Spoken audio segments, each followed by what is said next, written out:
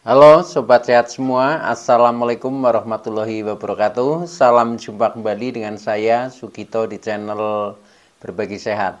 Channel edukasi dan motivasi seputar asam lambung, GERD inisiatif psikosomatis. Berdasarkan pengalaman saya sebagai orang yang pernah menderita asam lambung, GERD inisiatif psikosomatis. Harapan saya khususnya kepada teman-teman yang masih dalam penderitaan asam lambung, GERD inisiatif psikosomatis, setelah menonton video ini akan dapat tersugesti dan termotivasi untuk dapat cepat sembuh. Saya bisa sembuh, insya Allah teman-teman pasti juga bisa sembuh. Badai pasti berlalu. Baiklah teman-teman, pada kesempatan kali ini saya akan berbagi seputar asam lambung, GERD inisiatif psikosomatis dengan topik kendalikan emosimu. Asam lambung akan membaik.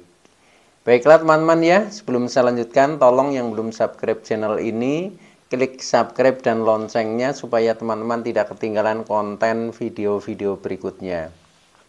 Dan jika suka, klik like, selalu bagikan ke sosial media teman-teman. Semoga bermanfaat buat kita semua. Baik, kita lanjutkan. Jadi topik kita kali ini adalah kendalikan emosimu. Asam lambung, GERD inisiatif psikosomatis akan membaik atau akan sembuh. Teman-teman semua perlu diketahui bahwa penderitaan asam lambung, GERD inisiatif psikosomatis yang disebabkan oleh multifaktor ya, baik faktor fisik maupun faktor psikis, dengan sensasi yang sangat beragam, mulai dari ujung rambut sampai dengan ujung kaki yang sering kita sebut sebagai 1001 rasa sensasi asam lambung. Memang cukup luar biasa ya, maka kita harus sikapi dengan bijak agar penderitaan asam lambung, GERD inisiatif psikosomatis yang kita derita itu akan mudah terlepas ya. Nah, oleh karena itu, khusus pada sesi kali ini saya ingin berbagi kepada teman-teman sesuai dengan topik, yaitu tentang manajemen emosi atau kendalikan emosimu ya, agar asam lambung, GERD inisiatif psikosomatis cepat membaik. Mengapa ini saya angkat sebagai topik? Karena berdasarkan sharing dari teman-teman ya, termasuk komen teman-teman, itu banyak yang mengalami ya. Jadi ternyata emosi ini sangat menentukan ya, sangat menentukan untuk asam lambung itu menjadi normal atau menjadi naik. Nah, ini disebabkan karena sering dari faktor emosi. Ini adalah salah satu faktor psikis ya. Nah, emosi itu sangat luas teman-teman ya. Jadi ini bisa menyebabkan, nah ini yang hubungannya dengan perasaan kita ya. Jadi contohnya ketika kita sering emosi itu tidak stabil ya, tidak terkendali, baik itu emosi yang rasa marah mungkin ya, rasa sedih ya, rasa jengkel ya, maupun juga rasa sedih yang berkepanjangan atau merasa tersakiti. Nah, semuanya ini adalah tumbuhannya dari perasaan emosi kita. Nah, ketika itu tidak dinetralisir ya atau tidak terkendali, maka ini menjadi penyebab ya, penyebab asam lambung itu menjadi sering naik. Nah, akhirnya terjadi GERD ya, GERD menimbulkan beberapa sensasi, akhirnya tubuh menjadi merasakan tidak nyaman ya, mulai dari yang kadang menjadi pusing-pusing, keliengan ya, kepala berat, kemudian sempoyongan. Nah, ini termasuk bisa dipicu dari ini apa, emosi. Kadang kita menjadi nafasnya pendek ya, ada berdebar-debar. Nah, ini ketika emosi kita tidak terkendali teman-teman. Oleh karena itu kita sadari saja ya, sebenarnya emosi-emosi apakah yang sering teman-teman rasakan. Nah, itu harus dirilis ya. Jadi harus ada jalan keluarnya, harus ada pemecahannya, sehingga dengan seperti itu nanti bisa menjadi lebih stabil ya emosi kita. Nah, dengan stabil maka ya akhirnya asam lambung juga akan normal ya, itu seperti itu. Nah, ini gampang-gampang susah ya. Karena apa? Kadang ketika kita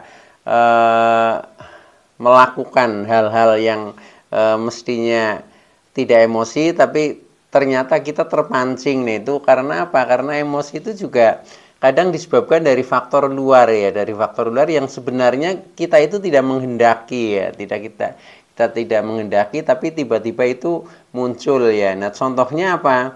Ya contohnya ketika emosi itu dipicu dari orang-orang di sekitar kita ya, mungkin dari pasangan kita, mungkin dari keluarga kita, mungkin dari anak-anak kita ya, yang kadang secara tidak sadar ya kita itu tidak terkendali ya untuk mensikapi hal itu. Nah, akhirnya menjadi rasa-rasa yang sepertinya apa ya, ya bunek lah, bunek dongkol di hati. Nah, itu seperti itu. Nah, ketika itu berlangsung lama ya, nah itu biasanya yang akan memicu asam lambung menjadi naik.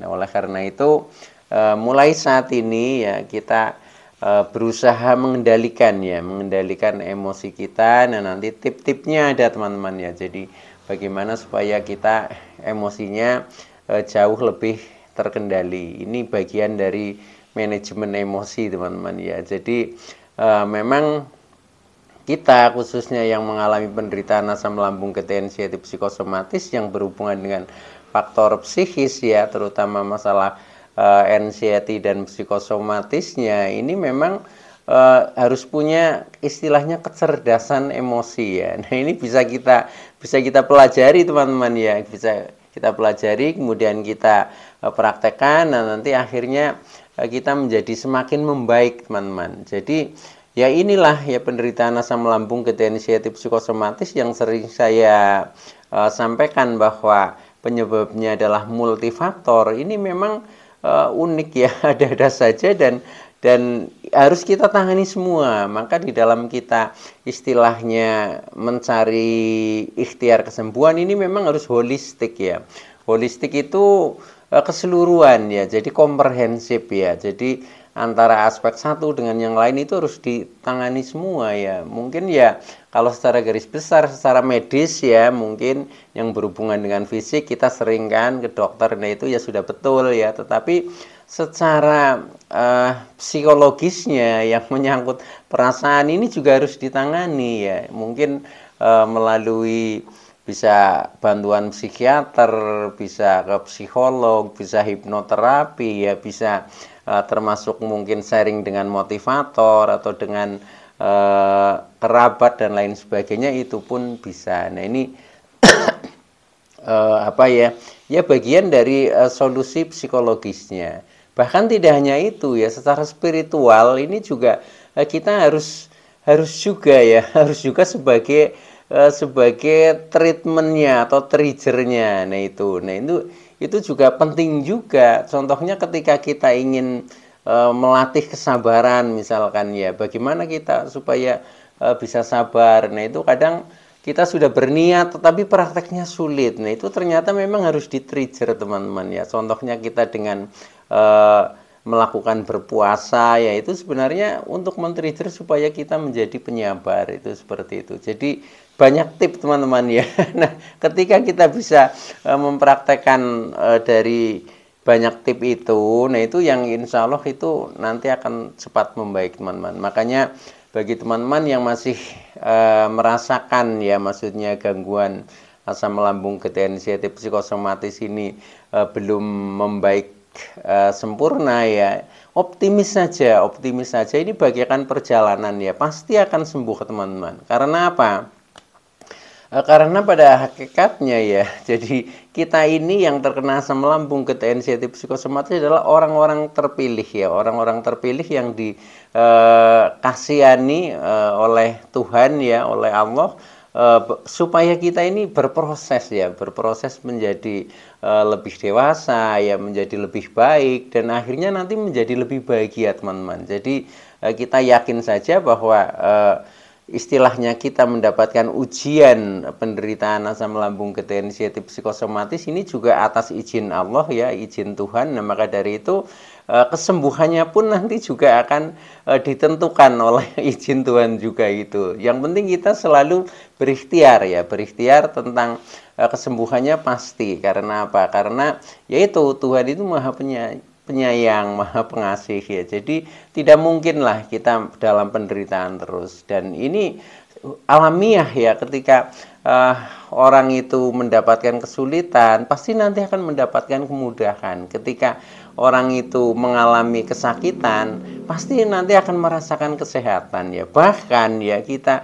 kadang diuji kesakitan supaya kita bisa menikmati rasanya orang sehat itu seperti apa itu. Jadi ini menurut saya ini adalah referensi di dalam kita mengarungi kehidupan supaya kita menjadi semakin lengkap ya, semakin lengkap. Jadi memang segala sesuatu ini kadang harus dialami, dan ini memang cara atau skenario dari Tuhan supaya kita memang kembali supaya menjadi lebih baik. Ketika mungkin di masa lalu kita ada kekurangan-kekurangan, nah itu kita diingatkan melalui proses ini ya, gangguan asam lambung ya.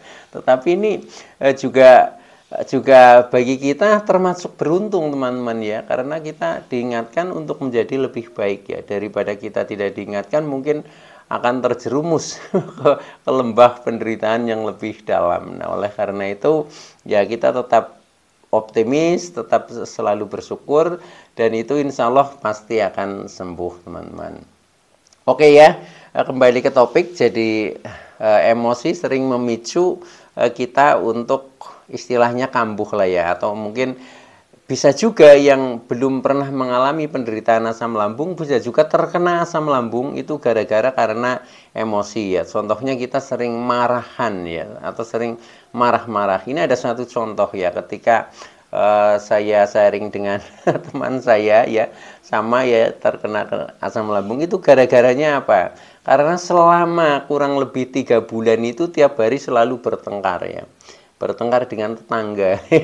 Nah itu karena ada satu permasalahan yang sebenarnya permasalahan ya bisa dianggap ringan dan berat, itu tergantung kita mensikapinya ya. Tetapi ternyata menjadi konflik ya. Nah akhirnya tiap hari emosi, tiap hari adu mulut lah istilahnya seperti itu. Nah akhirnya setelah 3 bulan berlangsung seperti itu, dia mengeluh, akhirnya terkena asam lambung. Nah ini contoh konkret bahwa emosi ini bisa menimbulkan asam lambung, itu seperti itu. Nah belum hal lain lagi ya, contohnya kita merasa tersakiti ya, kita mungkin sakit hati ya, itu pun sama ya, sama. Apalagi dengan kita sakit hati kan sebenarnya menahan emosi juga, tetapi tidak kita pecahkan, tidak kita salurkan, atau kita tidak berani mengungkapkan. Nah ini lebih parah lagi, biasanya akan lebih cepat untuk asam lambung itu naik ya itu. Jadi banyak hal ya. Nah maka dari itu ya sadari saja itu. Nah maka dari itu yang lebih penting lagi adalah bagaimana solusinya ya, supaya emosi kita ini jauh menjadi lebih stabil ya itu. Nah, solusinya adalah teman-teman supaya kita tidak dirundung emosional ya. Nah, ini yang pertama, kita bisa mencari kesenangan. Jadi lakukan hal-hal yang menyenangkan ya. Hal yang menyenangkan ini mulai dari yang terkecil teman-teman ya. Mulai dari yang terkecil yang ada di sekeliling kita itu. Jadi entah itu bentuknya mungkin kita melakukan kegiatan, entah kita bentuknya hanya menikmati apa yang ada, tapi kita bisa istilahnya mensyukuri dan menikmati, dan akhirnya menjadi rileks ya, menjadi tegang. Contohnya ya, misalkan pada saat ini ya, saya hanya menikmati air putih ya. Nikmat ya. Nah ini disyukuri saja ya, nikmat. Jangan ketika kita adanya air putih atau mungkin teh kok membayangkan kopi ya.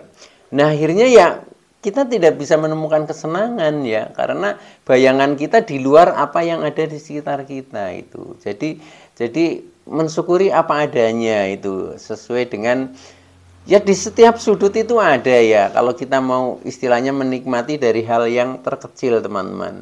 Nah ini salah satu tipnya itu seperti itu ya, termasuk ketika kita misalkan ingin hiburan ya, karena kita mungkin adanya HP, ya sudah kita nonton lewat HP misalkan. Udah, tidak usah ingin ngejar ke alun-alun lah mungkin, atau mungkin ke gedung film atau kemana gitu yang terlalu jauh. Jadi kita harus bisa, istilahnya supaya kita mudah senang itu memang harus mampu mensyukuri apa adanya yang di sekitar kita, mulai dari hal yang terkecil gitu.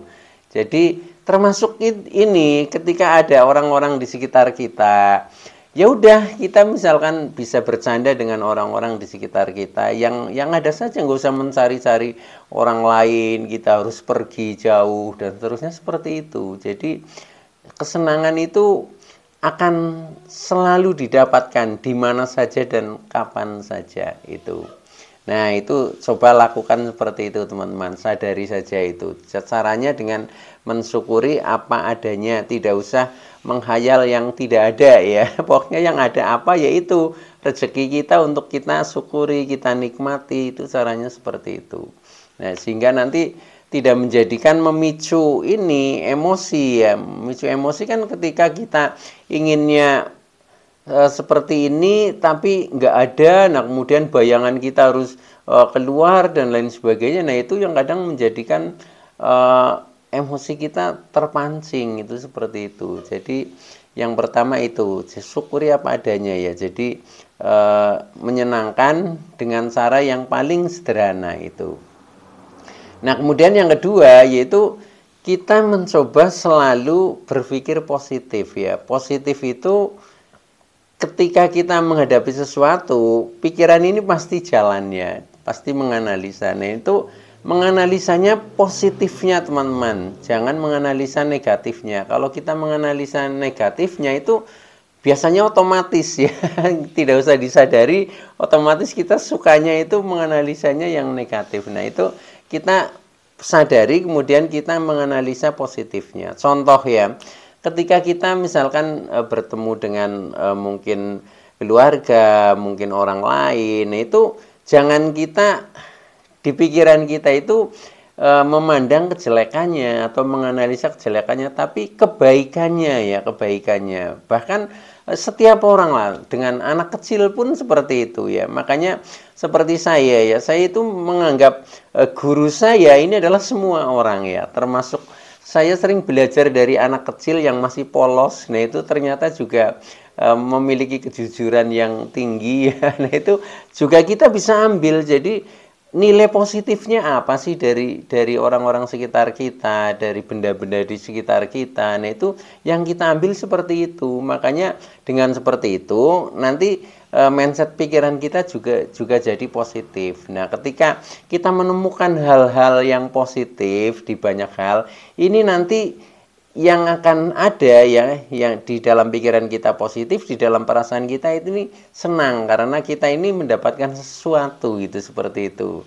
Tidak sebaliknya. Maka dari itu yaitu caranya berpikir positif saja, itu seperti itu. Jadi kita husnudon lah, jangan suudon. Nah itu nanti akan kembali kepada diri kita ya. Nah orang lain juga akan menilai diri kita positif. Nah akhirnya tidak memicu emosi-emosi kita, itu seperti itu.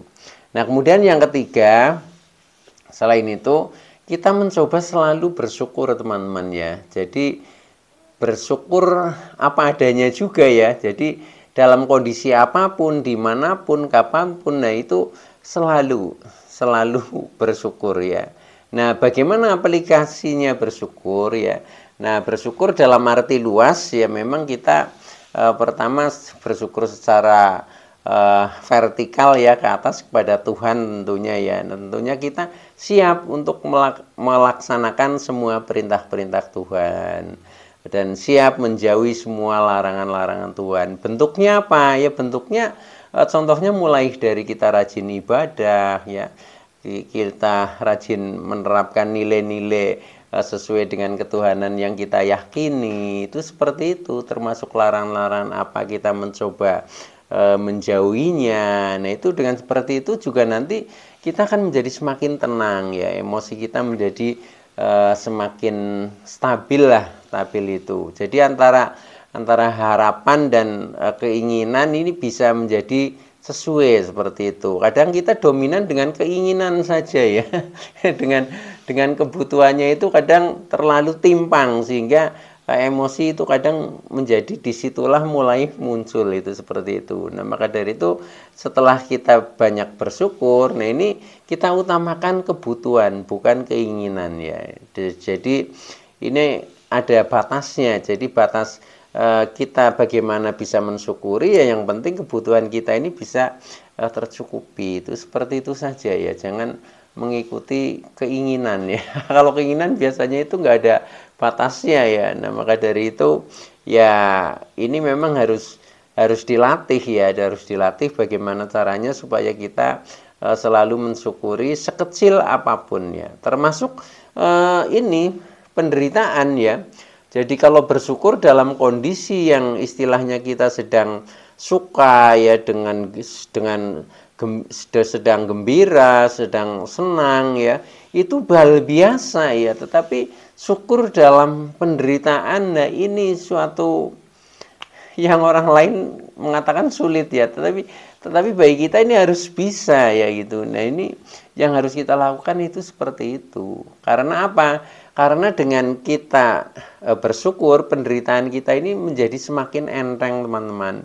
Kita menjadi tidak mengumpat ya, tidak istilahnya apa ya, ya mungas-mungas. Nah akhirnya kita menjadi semakin damai, emosi menjadi stabil gitu. Jadi bersyukurlah ya, walaupun dalam kondisi mungkin tidak begitu enak ya, tidak begitu menyenangkan, tetapi ya hikmahnya nanti yang lebih istimewa itu adalah hikmahnya. Setelah kita menderita pasti akan bahagia, itu rumusnya seperti itu. Setelah kita astagfirullahaladzim pasti nanti akan alhamdulillah, itu seperti itu ya. Jadi yakin saja pasti nanti akan kebahagiaan itu sudah menanti kita teman-teman. Oke ya, jadi itu yang ketiga, intinya kita selalu bersyukur. Nah kemudian yang berikutnya selalu bersabar teman-teman. Sabar, sobar ini artinya luas ya, jadi tanpa batas ya. Artinya kita konsisten ya, berikhtiar dan sanggup sampai menerima hasilnya ya. Jadi bagaikan perjalanan itu harus sampai ke tujuan ya. Kalau belum sampai ke tujuan kita masih jalan terus, nah itu namanya sabar ya, seperti itu. Jangan belum sampai tujuan sudah berhenti ya. Nah tujuan kita kan sembuh ya. Nah sebelum sembuh kita tetap ikhtiar terus ya. Ini pasti nanti akan sembuh ya. Cuma kadang sampainya, cepatnya, lambatnya ini kadang berbeda-beda tergantung intensitas kita sendiri teman-teman. Maka dari itu optimis saja ya. Insya Allah pasti sembuh. Badai pasti berlalu teman-teman ya, itu. Nah itu, jadi kita tetap sabar. Nah bagaimana kalau yang merasakan wah saya nggak bisa sabar dan sebagainya. Nah ini termasuk ada hal-hal yang untuk bisa men-trigger ya. Contohnya untuk melatih kesabaran ya, kalau kita itu bisa ya dan mau itu berpuasa teman-teman ya. Kalau kita bisa berpuasa, nah nanti hikmahnya kita tahu-tahu menjadi lebih sabar. Itu seperti itu. Nah itu jadi sabar. Selain sabar juga kita harus selalu sadar diri ya, sadar diri atau mawas diri ya, tentang apa? Tentang kekurangan-kekurangan kita yang harus kita perbaiki. Nah mengapa harus kita perbaiki? Karena tujuannya adalah Tuhan memberikan kesempatan kita untuk menjadi orang baik ya, maka kita harus perbaiki ya. Bukannya sekarang tidak baik ya, tetapi untuk menjadi lebih baik gitu. Jadi kalau yang kurang baik menjadi lebih baik, yang sudah baik menjadi lebih baik lagi. Itu seperti itu maknanya teman-teman ya. Maka sadar diri saja ya, sadar diri saja. Nah kemudian kita mencoba memperbaiki diri selalu itu ya. Jadi ini memang hikmahnya luar biasa kalau kita nanti bisa menyadari hal itu, tahu-tahu kita levelnya sudah meningkat ya. Makanya kita diuji dengan penderitaan asam lambung, gejala sensitif psikosomatis. Ini memang ujian Tuhan ya untuk meningkatkan derajat kita teman-teman ya itu. Jadi lakukan saja dengan ikhlas. Dan yang terakhir memang kita harus ikhlas ya. Jadi Jadi ikhlas ini ya tanpa beban ya, tanpa beban. Kita pokoknya pasrah dengan ikhlas apa yang kita lakukan, yaitu dengan ikhlas nanti semuanya itu akan menjadi lebih nyaman, lebih damai ya, karena dasarnya kita ikhlas, jadi tidak ada beban. Nah, sekalipun kita mungkin masih merasa belum nyaman karena rasa-rasa tidak nyaman juga saya ikhlaskan ya, maka ya akan jauh menjadi lebih nyaman ya, dibanding ketika kita masih ada sensasi, ada rasa, tetapi pikiran kita ini nggak ikhlas ya, tidak ridho. Nah, akhirnya rasanya menjadi bertambah teman-teman ya. Nah itu, maka dari itu ini ya, jadi istilahnya ya spiritualnya digunakan di sini teman-teman ya. Jadi selain kita memang dalam berikhtiar mungkin menempuh secara medis, kemudian secara psikologis, kemudian spiritualnya juga jalan. Maka ketika komplek itu bisa holistik kita jalankan bersama, insya Allah pasti akan cepat sembuh. Baik teman-teman ya, itu dulu yang bisa saya sampaikan ya. Kurang lebihnya mohon maaf. Terima kasih atas like, subscribe, serta komennya. Saya Sugito dari channel Berbagi Sehat. Saya bisa sembuh, insya Allah teman-teman pasti juga bisa sembuh. Badai pasti berlalu. Oke, terima kasih. Wassalamualaikum warahmatullahi wabarakatuh.